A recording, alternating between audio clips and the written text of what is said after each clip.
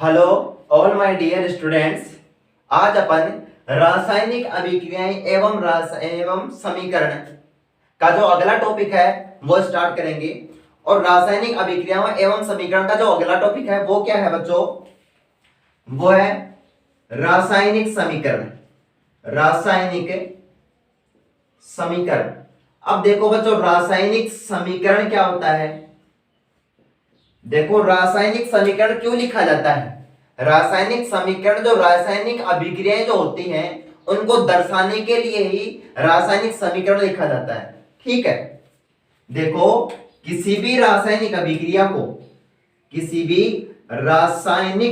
को दर्शाने के लिए क्या लिखा जाता है बच्चों? रासायनिक समीकरण लिखा जाता है। रासायनिक समीकरण लिखा जाता है। ठीक है, अब रासायनिक अभिक्रिया क्या होती है आपने पहले ही पढ़ा था कि किसी भी पदार्थ के अंदर, किसी भी मैटर में अगर रासायनिक परिवर्तन हो रहा है तो उसे क्या कहेंगे अपन? रासायनिक अभिक्रिया कहेंगे। ठीक है, रासायनिक अभिक्रिया का जो मीन है वो क्या है कि पदार्थ के अंदर, किसी भी पदार्थ में रासायनिक परिवर्तन को ही क्या कहते हैं? रासायनिक अभिक्रिया कहते हैं। ठीक है बच्चों, और रासायनिक अभिक्रियाओं में जो रासायनिक अभिक्रियाएं होती है उनको दर्शाने के लिए रासायनिक समीकरण लिखा जाता है। ठीक है, रासायनिक समीकरण लिखा जाता है। ठीक, अब जो रासायनिक समीकरण है वो किसे कहेंगे? अगर परिभाषा पर रिटर्न में लिखे तो कैसे लिखेंगे? परिभाषा क्या होगी इसकी? रासायनिक समीकरण या वह प्रक्रिया जिसमें अभिकारक आपस में संयोग करके या जुड़कर नए पदार्थ का निर्माण करते हैं। जी हाँ बच्चों, नए पदार्थ का निर्माण करते हैं। ठीक है, क्या कहेंगे? रासायनिक समीकरण किसे कहा जाता है? वह प्रक्रिया, या अपन बोल सकते हैं कि रासायनिक समीकरण उसे कहा जाता है जिसमें अभिकारक आपस में जुड़कर या संयोग करके नए पदार्थ का निर्माण करते हैं। ठीक है, नए पदार्थ का निर्माण करते हैं, उसे ही क्या कहते हैं बच्चों? रासायनिक समीकरण कहते हैं। दूसरी परिभाषा अपन ये भी लिख सकते हैं, परिभाषा नहीं तो ऐसे भी अपन बोल सकते हैं कि रासायनिक समीकरण के अंदर क्या होता है बच्चों? रासायनिक समीकरण में क्या होगा? रासायनिक समीकरण में क्या होता है कि इसमें बंध टूटते हैं, वह नए बंधों का निर्माण होता है। ठीक है बच्चों, नए बंधों का क्या होगा? यहाँ निर्माण होगा। जैसे कैल्शियम कार्बोनेट टूटा और कैल्शियम कार्बोनेट टूटा तो क्या बनेगा? कैल्शियम ऑक्साइड और CO2 बनेगा। ठीक है बच्चों, तो इसमें बंध टूट गए, ऐसे क्या है? रासायनिक समीकरण कहा जाता है। ठीक है, जैसे अपन ने पहली परिभाषा दी है, इसको समझने के लिए क्या करेंगे अपन? मैग्नीशियम प्लस क्या लिए अपन? ऑक्साइड लिए। विकेट ऑफ क्या बनेगा? मैग्नीशियम ऑक्साइड बनेगा। ठीक है, मैग्नीशियम क्या बन गया बच्चों? ऑक्साइड बन गया। अब देखो अपन ने परिभाषा में क्या लिखा था कि वह प्रक्रिया जिसमें अभिकारक, ये अभिकारक हो गए, ये क्या हो गए? ये हो गए अभिकारक। यहां पर इसको क्या बोल सकते हैं? क्रियाकारक भी कहते हैं, अभिकारक या क्रियाकारक। ठीक है, वह जिसमें अभिकारक आपस में संयोग करके जुड़ रहे हैं, संयोग करके या जुड़ करके नए पदार्थ का निर्माण करते हैं। ये नया पदार्थ हो गया, नया पदार्थ। ठीक है, नए पदार्थ का निर्माण करते हैं, जिसे ही क्या कहा जाता है बच्चों? रासायनिक समीकरण कहा जाता है। ये याद हो जाएगा आसानी से। ठीक है, अब ये क्या होते हैं बच्चों? अभिकारक होते हैं, और ये क्या होते हैं? उत्पाद होते हैं। ठीक है, अब इन दोनों के परिभाषा पर भी क्या करते हैं अपन? डिस्कस करते हैं कि अभिकारक क्या है और उत्पाद क्या है, और अभिकारकों के बीच और उत्पादों के बीच के जो जो जो निशान लगाया जाता है वो क्या दर्शाना चाहता है। ठीक है, पहला है अभिकारक। क्या है? अभिकारक। अभिकारक, देखो अभिकारक किसे कहते हैं? वे पदार्थ जो किसी रासायनिक अभिक्रिया में भाग लेते हैं, जो किसी रासायनिक अभिक्रिया में भाग लेते हैं उसे अभिकारक या उन्हें अभिकारक कहा जाता है। उन्हें अभिकारक कहा जाता है। ठीक है, उन्हें क्या कहा जाएगा बच्चों? अभिकारक कहा जाएगा। और हमें पता है कि अभिकारकों को किधर लिखा जाता है बच्चों? इधर लिखा जाता है। ये कौन सी साइड हो गई? ये हो गई लेफ्ट हैंड साइड, अर्थात ये कौन सी साइड हो गई? बाईं साइड। अभिकारकों को तीर के निशान के या तीर के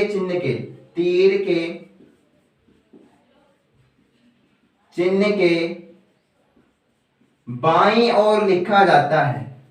बाईं तरफ लिखा जाता है। ठीक है बच्चों, ये किसकी बात हो गई? अभिकारक की बात हो गई, लिखा जाता है। और एक और बात देख लेते हैं कि जो अभिकारक होते हैं उनके बीच में किसका चिन्ह लगाया जाता है? प्लस का। अभिकारकों के बीच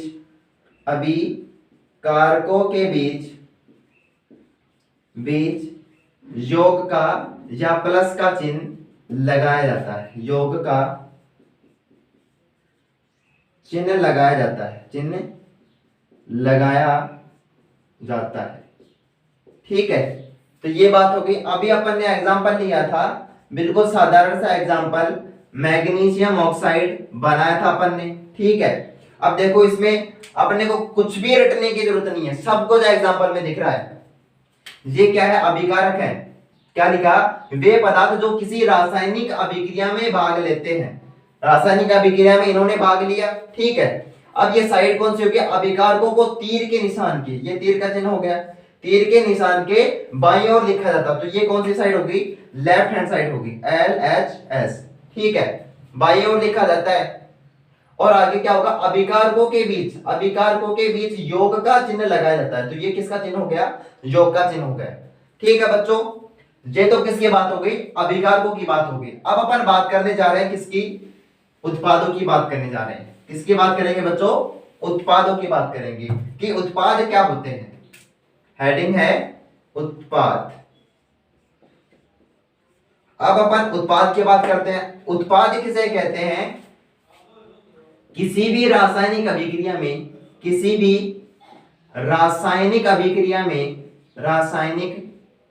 अभिक्रिया में नए पदार्थ का निर्माण होता है। नए पदार्थ का निर्माण होता है, उसे क्या कहते हैं? उत्पाद कहते हैं। भाई रासायनिक अभिक्रिया हुई, तो रासायनिक अभिक्रिया के अंदर जो नया पदार्थ बनता है उसे ही क्या कहते हैं बच्चों? उत्पाद कहते हैं। और उत्पाद को किधर लिखा जाएगा? RHS, राइट हैंड साइड में लिखा जाता है। उत्पादों को तीर के निशान या तीर के चिन्ह के दाईं ओर लिखा जाता है। ठीक है, लिखा जाता है। और उत्पादों के बीच भी योग का चिन्ह लगाया जाता है। उत्पादों के बीच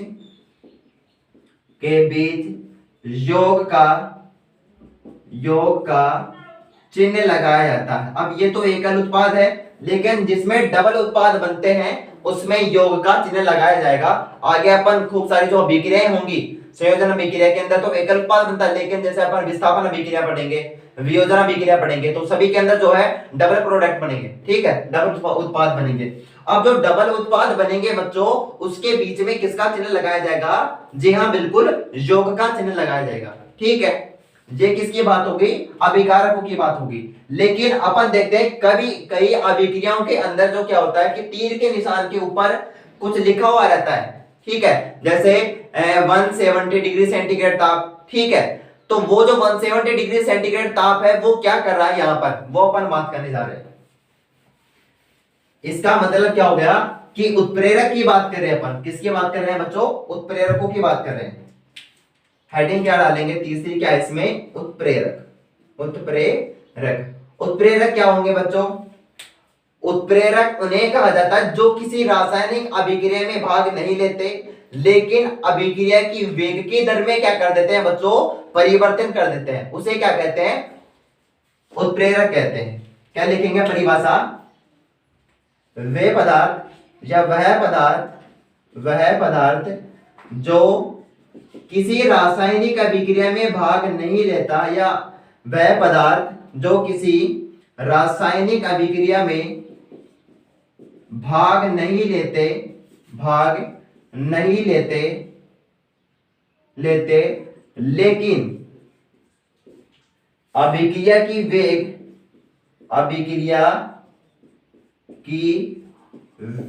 की दर में परिवर्तन कर देते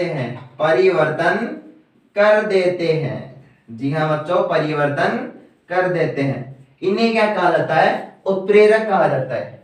कई बार आप लोग देखे होंगे कि दो बच्चे हैं, सपोज दैट क्या है, दो बच्चे हैं, वो आपस में थोड़ा सा झगड़ा कर रहे हैं, लेकिन तीसरा आएगा, तीसरा क्या करेगा? इन दोनों को भिड़ाएगा, और इन दोनों को भिड़ाएगा तो जो अभिक्रिया की जो दर थी वो कम हो रही थी, वो बातों में हो रही थी, लेकिन बाद में क्या हो जाएगी? उनकी अभिक्रिया की दर बढ़ जाएगी, ठीक है।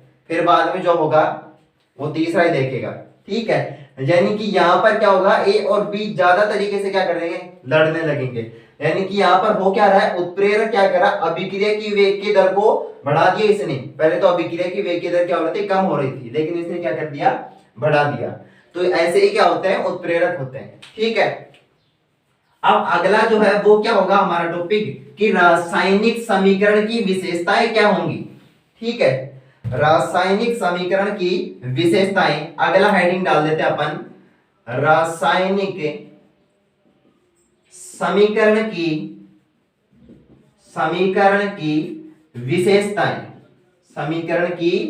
विशेषताएं। अब रासायनिक समीकरण की विशेषताएं क्या होंगी वो अपन डिस्कस करेंगे।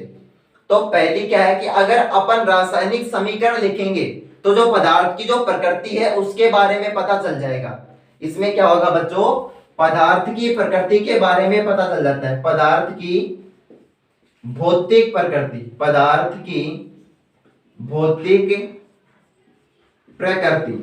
ठीक है। पदार्थ की जो भौतिक प्रकृति है उसके बारे में क्या चल जाता है? पता लग जाता है। अब पदार्थ की भौतिक प्रकृति से क्या मतलब हो गया? ठोस, द्रव, गैस। कि जो पदार्थ है वो ठोस अवस्था में है, द्रव अवस्था में है, या गैस अवस्था में। अब इनको प्रदर्शित करने हेतु एस, एल और जी का क्या किया जाता है? प्रयोग किया जाता है। ये संकेत जो है ये काम में लिए जाते हैं। एस का मतलब क्या हो गया? सॉलिड, एल का मतलब क्या हो गया? लिक्विड, और जी का मतलब क्या हो गया बच्चों? गैस हो गया, ठीक है। तो ये संकेत क्या लिए जाएंगे? यहाँ पर काम में लिए जाएंगे। दूसरी बात अपन करते हैं कि भौतिक प्रकृति के साथ साथ इनके जो अणुभार हैं, पदार्थ के अणुभार व अणुसूत्रों की जानकारी भी प्राप्त होती है। अणुभार व अणुसूत्रों की जानकारी भी क्या होगी बच्चों? प्राप्त होगी। इसके साथ ही क्या होगा कि जो यहां पर जो निकलने वाली जो गैस है, यानी कि अभिक्रिया के बाद में जो गैस निकलती है उसका रंग व ताप का भी पता चलता है। किसकी? गैस के रंग व ताप का भी क्या चलता है बच्चों? पता चलता है। तो ये क्या होगी? इसकी विशेषताएं होगी। अब अगला हमारा टॉपिक क्या है बच्चों?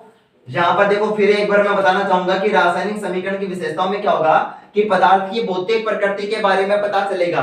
कि जैसे अपन ने जहां पर जो जब अपन ने अभिक्रिया स्टार्ट की थी तो उस टाइम मैंने एक एग्जांपल बताया था आप लोगों को जल का, कि जल का अणुसूत्र H2 है। वो देखो बर्फ में अगर उसका लिखेंगे तो क्या लिखेंगे उसको? S, मतलब सॉलिड अवस्था में, ठीक है। और वही जल अगर द्रव्य में बदल जाता है तो उसको क्या लिखेंगे, कोष्टक में एल लिखेंगे, अर्थात वो क्या हो गया, लिक्विड हो गया। अब उससे जो जल है उसको अगर अपन ताप दे दे, हीट कर दे, तो क्या होगा, वो वाष्प अवस्था में बदल जाएगा, उसका अणुसूत्र H2O ही रहेगा, लेकिन अपन उसके कोष्टक में क्या लिखेंगे, उसको दर्शाने के लिए G लिखेंगे, अर्थात वो क्या है, गैस अवस्था में। तो यही क्या है, भौतिक प्रकृति की बात हो रही है। जहां पर अणुभार का व अणुसूत्र का भी क्या होता है, पता लग जाता है, और साथ ही जो गैस निकलती है उस गैस के ताप का और रंग का भी क्या लग जाता है बच्चों, पता लग जाता है, ताप का भी पता लगेगा और रंग का भी क्या लग जाएगा, पता लग जाएगा। अब इसके अलावा अगला जो टॉपिक है वो क्या है, रासायनिक समीकरण को संतुलित करना। क्या है अगला टॉपिक, क्या है, रासायनिक समीकरण को संतुलित करना, अब बच्चों रासायनिक समीकरण को संतुलित करना कैसे सीखेंगे। अगर अपन लोग चाहे तो ऐसे जो फास्ट है वो उसमें पढ़ सकते हैं, लेकिन इसको बिल्कुल बारीकी से आराम से पढ़ेंगे, ठीक है। अब रासायनिक समीकरण को संतुलित करना वो क्या होगा, रासायनिक समीकरण को संतुलित करने के लिए अपन जो एनसीईआरटी की बुक है उसके हिसाब से जो द्रव्यमान संरक्षण का नियम है उसकी बात करते हैं। पहले द्रव्यमान संरक्षण का नियम। अब द्रव्यमान संरक्षण का नियम क्या कहता है, द्रव्यमान संरक्षण का नियम तो सीधी सी बात यही कहता है कि द्रव्यमान संरक्षित रहना चाहिए, अर्थात द्रव्यमान बराबर रहना चाहिए, कि जो अभिकारक है उसका द्रव्यमान उत्पाद के द्रव्यमान के क्या होना चाहिए बच्चों, बराबर होना चाहिए, ठीक है। इसका अर्थ क्या हो गया कि अभिकारक तत्वों का द्रव्यमान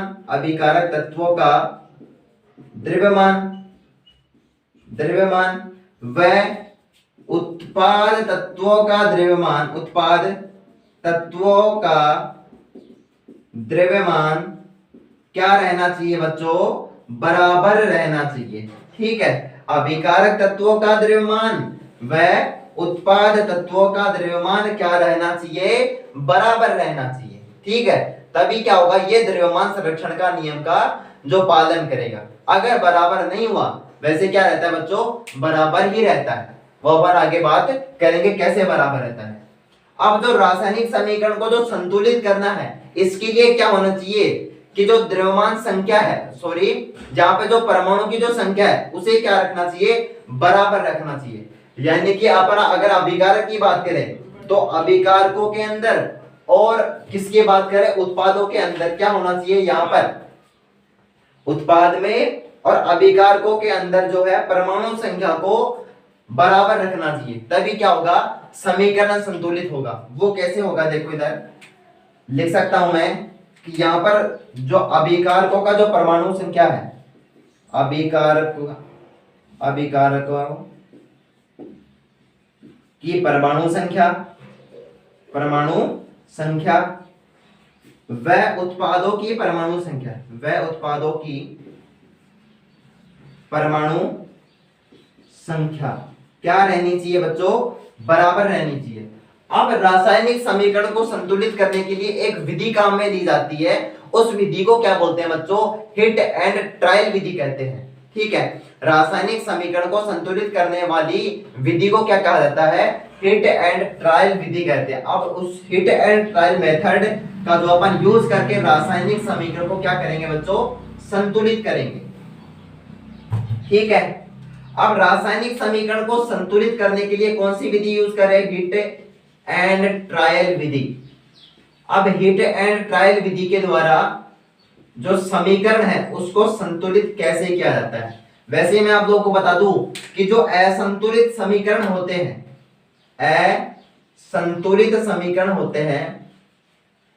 संतुलित समीकरण होते हैं उनको क्या कहा जाता है, उनको कंकाली समीकरण भी कहते हैं। क्या कहते हैं बच्चों, कंकाली समीकरण भी कहते हैं, ठीक है। अब जो असंतुलित समीकरण है उसको संतुलित करने के लिए क्या करेंगे अपन, सबसे पहले जो अभिकारक है और क्रियाकारक, जो अभिकारक है या क्रियाकारक है उनका जो क्रियाफल है दोनों का क्या करेंगे, लिखेंगे। अभिकारकों को व यहां पर उत्पाद लिख देता हूं, उत्पादों को जहां पर अभिकारकों की जो परमाणु संख्या है और उत्पाद की जो परमाणु संख्या है, दोनों को लिखेंगे।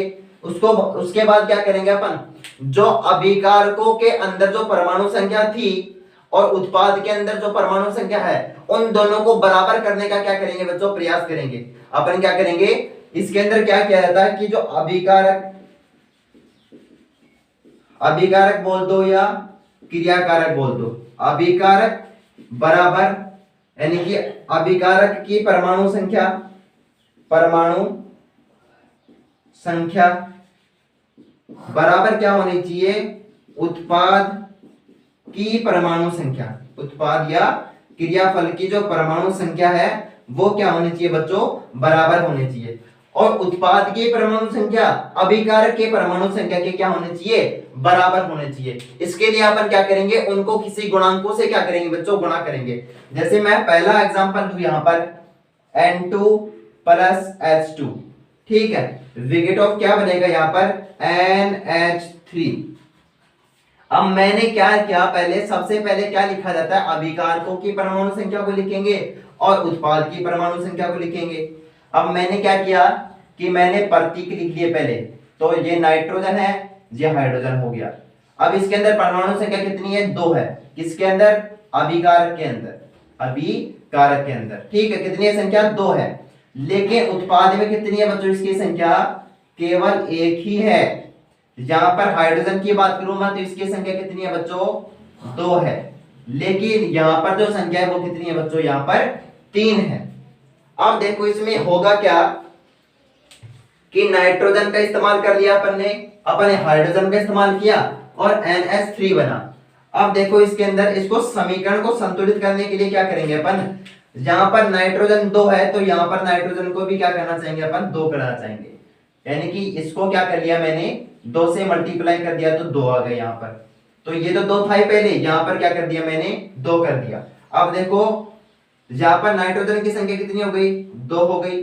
और यहाँ पर हाइड्रोजन की संख्या कितनी हो जाएगी, 2 को यहाँ पर हाइड्रोजन की संख्या याद करो, 2 मल्टीप्लाई 3 बराबर क्या हो जाएगा, 2 मल्टीप्लाई 3 बराबर क्या हो जाएगा, 6 हो जाएगा। ठीक है, अब 6 जो है यहाँ पर इसकी जो संख्या है इसको भी क्या करना चाहिए, 6 करना चाहिए, इसको 3 से मल्टीप्लाई कर देंगे। अर्थात मैंने क्या किया कि इसको किससे मल्टीप्लाई कर दिया, 3 से कर दिया और इसको 2 से मल्टीप्लाई कर दिया, तो क्या हो गया बच्चों, 6 हो गया।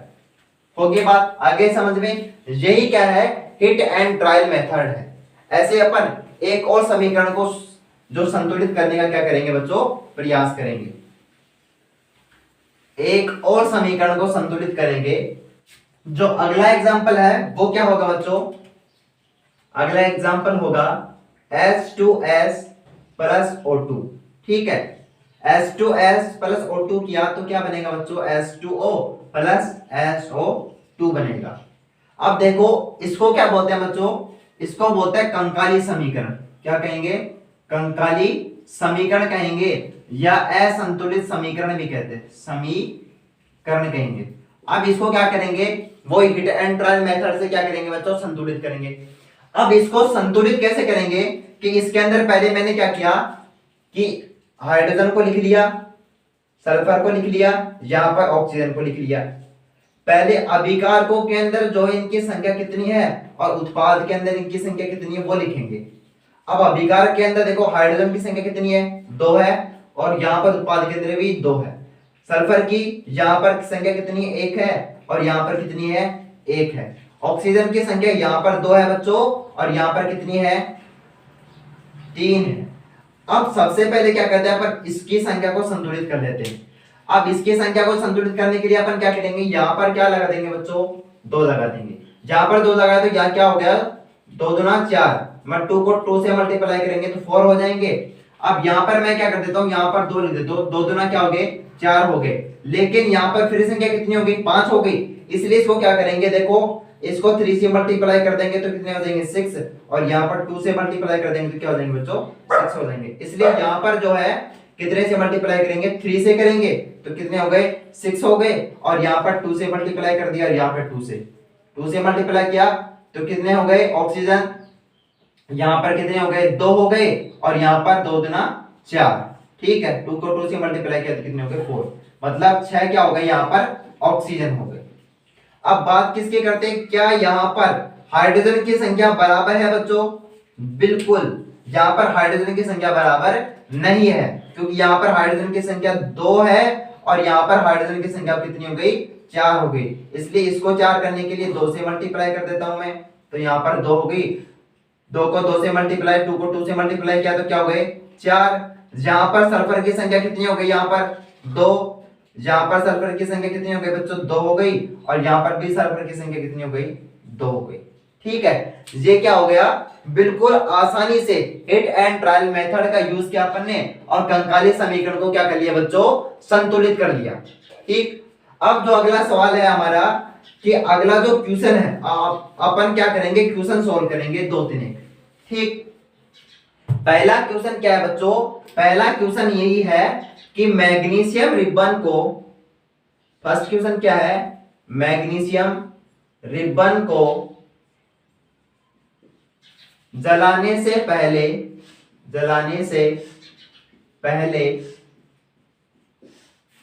मैग्नीशियम रिबन को जलाने से पहले रेगमाल से साफ क्यों किया जाता है? रेगमाल से साफ क्यों किया जाता है? क्यों किया जाएगा बच्चों? अभी आप लोगों को मैंने एक जो अभिक्रिया दिखाई थी मैग्नीशियम वाली, देखो इसमें क्या होता है कि जो मैग्नीशियम है वो नम वायु की उपस्थिति में ऑक्सीजन से अभिक्रिया कर लेती है और ऑक्सीजन से अभिक्रिया करने के बाद मैग्नीशियम ऑक्साइड की परत बनाती है और वो मैग्नीशियम ऑक्साइड की जो परत बनती है वो इसके जलने में क्या करती है बच्चों? अवरोध उत्पन्न करती है। इसीलिए क्या किया जाता है? मैग्नीशियम को जलाने से पहले रेगमाल से साफ किया जाता है। क्या होगा इसका आंसर? मैग्नीशियम नम वायु की उपस्थिति में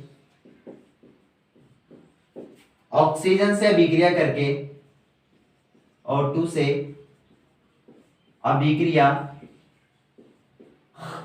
करके मैग्नीशियम ऑक्साइड बनाती है। मैग्नीशियम ऑक्साइड MgO बनाती है जो मैग्नीशियम को जलने में अवरोध उत्पन्न करती है। क्या करती है बच्चों? अवरोध उत्पन्न करती है और अवरोध उत्पन्न करेगी, इसलिए जो है मैग्नीशियम को जलाने से पूर्व रेगमाल से मैग्नीशियम रिबन को जलाने से पूर्व रेगमाल से साफ किया जाता है। रेगमाल से साफ किया जाता है। ओके डियर स्टूडेंट्स, तो ये क्या हो गया हमारा पहला, यहां पर क्या हो गया? एग्जांपल हो गया कि जो मैग्नीशियम है वो क्या करती है बच्चों? मैग्नीशियम जो है यहां पर मैग्नीशियम ऑक्सीजन के साथ अभिक्रिया करके मैग्नीशियम ऑक्साइड की परत बनाती है और ये जो परत होती है ये क्या करती है? मैग्नीशियम रिबन को जलने के लिए अवरोध उत्पन्न करती है। इसीलिए क्या किया जाता है? मैग्नीशियम को जलाने से पहले क्या किया जाता है बच्चों? साफ किया जाता है। ठीक, देखो स्टूडेंट्स, जो हमारा अगला क्वेश्चन है वो क्या है? निम्न रासायनिक अभिक्रियाओं के लिए संतुलित समीकरण लिखे। एनसीईआरटी से लिया गया है। पहला क्वेश्चन, इसमें पहला पॉइंट क्या है? Hydrogen plus chlorine brigade of क्या बनाया इसने? हाइड्रोजन क्लोराइड बनाया। अब देखो H2 प्लस Cl2, अब H2 प्लस Cl2 हुआ तो बनेगा क्या बच्चों? HCl बनेगा। ठीक है, अब इसको संतुलित करें, इसको लिखेंगे कैसे? देखो हाइड्रोजन है, H प्लस है और 2 है यहाँ पर और Cl नेगेटिव है, यहाँ पर भी क्या है? 2 है, तो ये इसके ऊपर चला जाएगा, ये इसके ऊपर चला जाएगा। इसने क्या बनाया? यहाँ पर HCl बना दिया। ठीक है, दोनों कट गए और HCl बना दिया। लेकिन ये क्या है बच्चों? कंकाली समीकरण है, कंकाली समीकरण है। अब इसको संतुलित करने के लिए क्या करेंगे? देखो यहाँ पर हाइड्रोजन की संख्या 2 है, क्लोरीन की संख्या भी 2 है, तो अपन क्या करेंगे? इसको 2 से मल्टीप्लाई कर देते हैं। ठीक है, ये क्या हो गया? संतुलित हो गया। अगला क्वेश्चन क्या है, बेरियम क्लोराइड। पहले अपन यहाँ पर सूत्र बनाएंगे, बेरियम क्लोराइड का सूत्र कैसे बनेगा। तो देखो Ba के प्लस क्या आता है, Ba+2 आता है। Ba के ऊपर क्या आती है, वैलेंसी 2 आती है, और ऑक्सीडेशन नंबर क्या हो जाएगा, +2 हो जाएगा, क्योंकि मेटल है, मेटल के ऊपर क्या आता है, धातु के ऊपर प्लस आयन आता है। ठीक है, यहाँ पर Ba+2 हो गया। साथ में क्या बना है, यहाँ पर Cl नेगेटिव, क्लोराइन है, क्लोराइड आयन मतलब Cl नेगेटिव हो जाएगा। ठीक, प्लस क्या होगा बच्चों, यहाँ पर एल्यूमिनियम सल्फेट होगा। एल्यूमिनियम का क्या आता है बच्चों, Al+3, और सल्फेट का क्या आता है, SO4 नेगेटिव। अब यहाँ पर जो रिएक्शन के दौरान यहाँ पर क्या बनेंगे, यहाँ पर जो प्रोडक्ट बनेगा, जो उत्पाद बनेगा, वो कैसे करेंगे। देखो आप यहाँ पर पहले इसको लिखते हैं कि कैसे लिखा जाएगा। देखो Ba+2 है, जिसका यहाँ पर लिखा जाएगा Cl नेगेटिव आएगा, यहाँ पर लिख देंगे इसको। यहाँ पर ऐसे लिख सकते हैं, 2 है, यहाँ पर 1 है, तो यहाँ पर 2 इसके ऊपर चला जाएगा और 1 यहाँ पर आ जाएगा। तो क्या बनेगा, BaCl2 बनेगा। ठीक है, इसी प्रकार यहाँ पर जो 3 है यहाँ पर चले जाएंगे, 2 यहाँ पर आ जाएगा। 2 तो कहां पर आ जाएगा बच्चों, 2 आ जाएगा यहां पर, और 3 आ जाएगा इसके कोष्टक में। ठीक, यहां पर मैंने क्या लिखा, Al2SO4 का क्या लिख दिया, होल थ्राइस लिख दिया। ठीक है, अब देखो अभिक्रिया की, और अभिक्रिया के बाद में क्या बना बच्चों, बेरियम सल्फेट बना। बेरियम क्या बना, सल्फेट बना। अब देखो बेरियम सल्फेट कैसे लिखेंगे, वही Ba+2SO4 नेगेटिव, ये यहां पर आएगा और ये यहां पर जाएगा। अब ये क्या होंगे, 2 कट जाएंगे, क्या बनेगा, BaSO4 बनेगा। ठीक है, प्लस एल्यूमिनियम क्लोराइड है, तो एल्यूमिनियम क्लोराइड क्या बनेगा, एल्यूमिनियम क्लोराइड, तो एल्यूमिनियम का वही Al+3, और क्लोराइड का क्या आ जाएगा, Cl नेगेटिव, तो क्या बनेगा बच्चों, AlCl3। ये तो किसकी बात हो गई, ये तो अपन ने अभी समीकरण ही लिखा है, अभी तो क्वेश्चन सोल्व हुआ क्या, ये तो क्वेश्चन ही है। अब इसको क्या करेंगे, सोल्व करेंगे। इसको सोल्व करने के लिए क्या किया मैंने, कि यहां पर पहले लिख दिया मैंने कि Ba की संख्या कितनी है, अभिकारक के अंदर कितनी है बच्चों, और उत्पाद के अंदर कितनी है। यहां पर Cl की संख्या लिखूंगा, और इसके बाद में एल्यूमिनियम की, और यहाँ पर SO4 जो आयन है वो कितने हैं। अब देखो इसमें होगा क्या, Ba की संख्या कितनी है, यहाँ पर 1 है, और यहाँ पर भी कितनी है बच्चों, उत्पाद में 1 ही है। Cl की संख्या कितनी है बच्चों, यहाँ पर 2 है, और उत्पाद के अंदर कितनी है बच्चों, 3 है। इसके बाद में एल्यूमिनियम की संख्या कितनी है, 2 है बच्चों, और यहाँ पर केवल 1 है। SO4 जो आयन है वो कितने, यहाँ पर 3 है, और वहां पर कितने हैं बच्चों, केवल 1 ही है। तो पहले इसको क्या करता हूं मैं, जो 3 है सबसे ज्यादा इसको 3 से मल्टीप्लाई कर दो, तो यहाँ भी 3 हो जाएंगे, यहाँ भी 3 हो जाएंगे। इसको मैं क्या करता हूं, यहाँ 3 से मल्टीप्लाई कर दिया मैंने, तो क्या हुआ, Ba कितनी हो गई, यहाँ पर 3 हो गए, Ba कितने हो गए, यहाँ पर 3 हो गए, तो मैंने Ba भी कितने कर दिए, 3 कर दिए। यहाँ पर SO4 बराबर हो गए ना, 4 को 3 से मल्टीप्लाई करते हो कितने हो गए, यहाँ पर SO4 3 का मतलब क्या होगा, SO4 एक बार है, SO4 2 बार है, SO4 3 बार, तो ये 3 बार आ गए। यहाँ पर भी SO4 3 बार ही होंगे। अब ठीक है, ऐसे Ba कितनी बार होंगे, 3 बार Ba होगा। अब यहाँ पर जो Cl है, Cl जो आयन है, इसकी संख्या देखो, Ba की, इसको करने के लिए मैंने 3 से मल्टीप्लाई किया और इसको 3 से मल्टीप्लाई कर दिया, तो बराबर हो गए। Cl की जो संख्या है यहाँ पर कितनी हो गई, 6 हो गई, मतलब इसको 3 से मल्टीप्लाई कर दिया, इसको क्या करेंगे, 2 से मल्टीप्लाई कर देंगे, तो क्या आ जाएगा, 6 आ जाएगा। यहाँ पर मैंने 2 से मल्टीप्लाई कर दिया, 6 हो गया, इसका क्या हो गया, 6 हो गया। अब Al की मात्रा कितनी हो गई, यहाँ पर Al की संख्या 2 है, यहाँ पर पहले से ही 2 थी, वहां पर कितनी हो गई, 2 हो गई, 2 से मल्टीप्लाई किया, ये क्या हो गया, समीकरण क्या हो गया, संतुलित हो गया। तो इस प्रकार से यही अपन ने क्या यूज किया, hit and trial method use किया।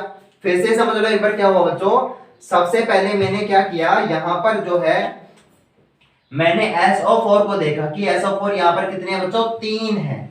ठीक है, मैंने 3 को क्या किया, यहाँ पर 1 था इसलिए 3 से क्या कर दिया, मल्टीप्लाई कर दिया, तो 3 इधर हो गए, 3 इधर हो गए। मैंने क्या कर दिया, यहाँ पर 3 लिख दिया।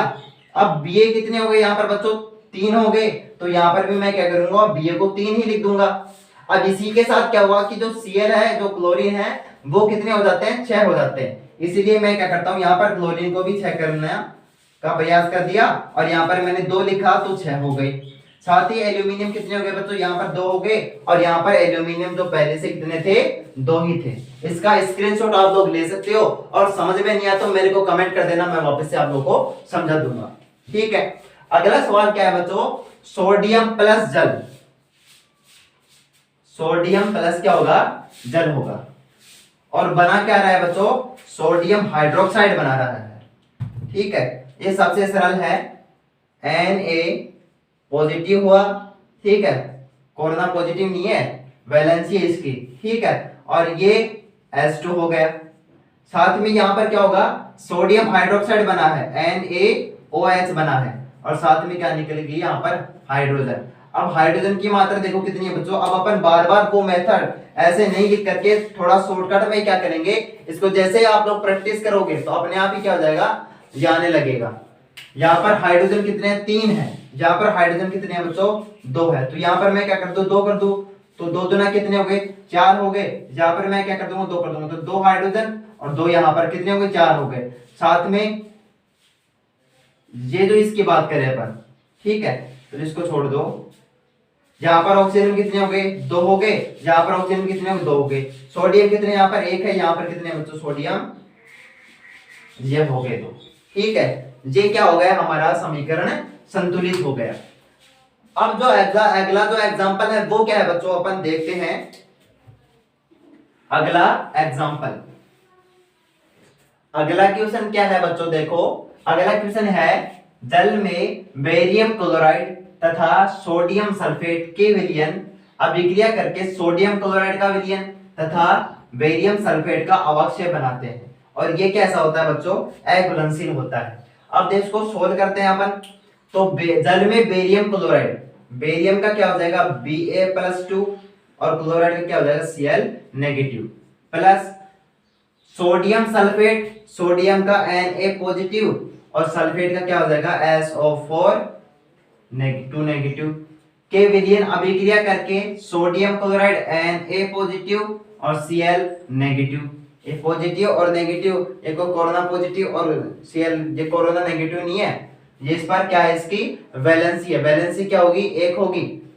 ठीक है, इसीलिए क्या लिखा है, +1। यहाँ पर मेटल है इसलिए प्लस लिख दिया। सोडियम क्लोराइड का विलयन तथा बेरियम सल्फेट, बेरियम सल्फेट का क्या हो जाएगा, Ba+2 और SO4 2-।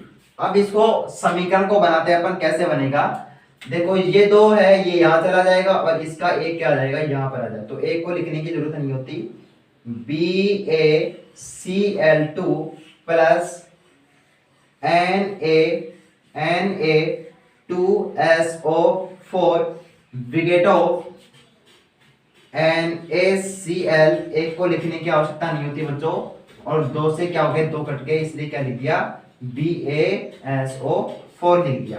ठीक है, अब यहां पर क्या होगा, वो hit and trial method upon use करते हैं। एक बार आराम से समझते हैं इसको।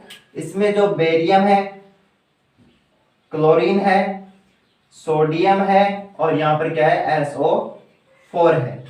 अब इसको क्या किया मैंने, यहां पर अभिकार के अंदर संख्या लिख ली और उत्पाद के अंदर संख्या लिख ली। लेकिन याद रखना कि आप लोग क्या करोगे, प्रैक्टिस करते जाओगे तो ये बिल्कुल आसान हो जाएगा, हमें लिखने की आवश्यकता नहीं पड़ेगी। अब यहाँ पर क्या होगा कि मैंने क्या लिखा कि बेरियम की संख्या कितनी लिखी, यहाँ पर 1 है और इधर कितनी है, 1 है। क्लोराइड की संख्या 2 है, यहाँ पर क्लोरीन कितने हैं, 1 है। यहाँ पर सोडियम कितना है, 2 है। यहाँ पर सोडियम कितना है, 1 है। यहाँ पर SO4 कितने हैं, 1 है और उधर भी SO4 1 है। सभी क्या हो गए, 1-1 हो गए। अब 1-1 हो गए तो क्या करना है अपने को, सबसे पहले जो संख्या ज्यादा है उनको देखते हैं अपन। जैसे सोडियम की संख्या क्या है, यहाँ पर 2 है, तो मैं क्या करता हूँ, यहाँ से 2 से मल्टीप्लाई कर देता हूँ। यहाँ पर 2 से क्या कर दिया मैंने, मल्टीप्लाई कर दिया। यहाँ पर 2 हो गई। NaCl की जो संख्या थी वो भी ऑटोमेटिक क्या हो गई, 2 हो गई। अब देखो यहाँ पर बेरियम की संख्या 1 है, इधर भी 1 है। क्लोराइड की संख्या यहाँ कितनी है, 2 है, यहाँ पर भी क्या है बच्चों, 2 है। सोडियम की संख्या यहाँ 2 है, यहाँ पर भी 2 है, और SO4 की संख्या यहाँ पर 1 है, और यहाँ पर भी क्या हो गई, 1 हो गई। अब जो अगला क्वेश्चन है बच्चों वो आप लोग खुद करोगे, अगर नहीं आता है तो कमेंट बॉक्स में लिखें, और अगली बार जो वीडियो डालूंगा तो उसके अंदर वो जो सवाल है वो क्या हो जाएगा, अगली क्लास में पूरा हो जाएगा। ठीक है, और ये समझ में आ गया तो अभी के अभी लाइक ठोक दो।